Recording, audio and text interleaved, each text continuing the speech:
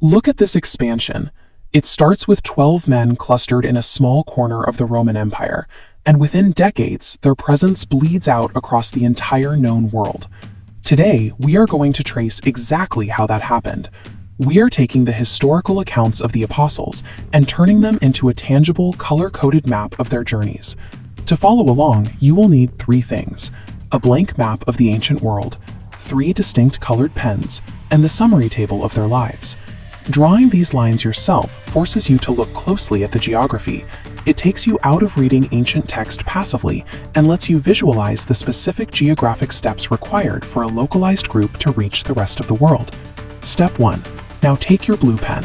We are going to establish our starting points by marking the original callings of the disciples in the regions of Judea and Galilee. This image shows the type of wooden rowboats used on the Sea of Galilee.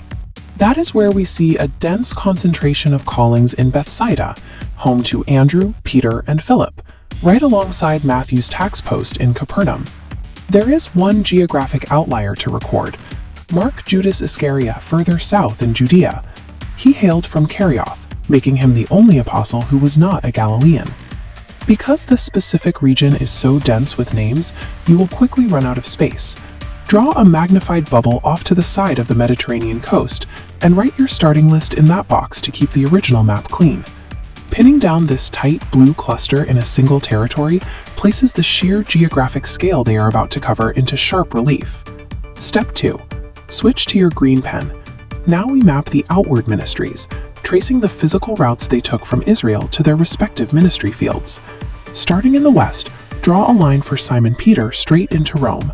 Then trace another massive route for James the Greater, all the way across the Mediterranean to Spain, where this imposing cathedral now stands in his honor.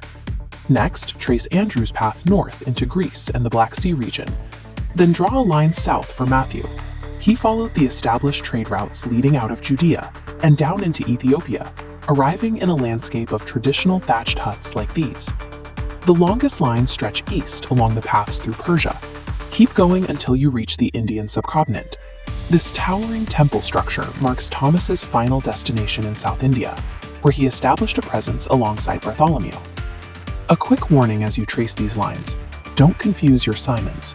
Keep Simon Peter's route anchored in Rome, and draw a separate line for Simon the Zealot stretching out into Persia and potentially all the way up to Britain.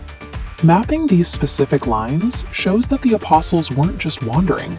They were following the existing infrastructure of the ancient world, using established global trade networks to systematically spread their message.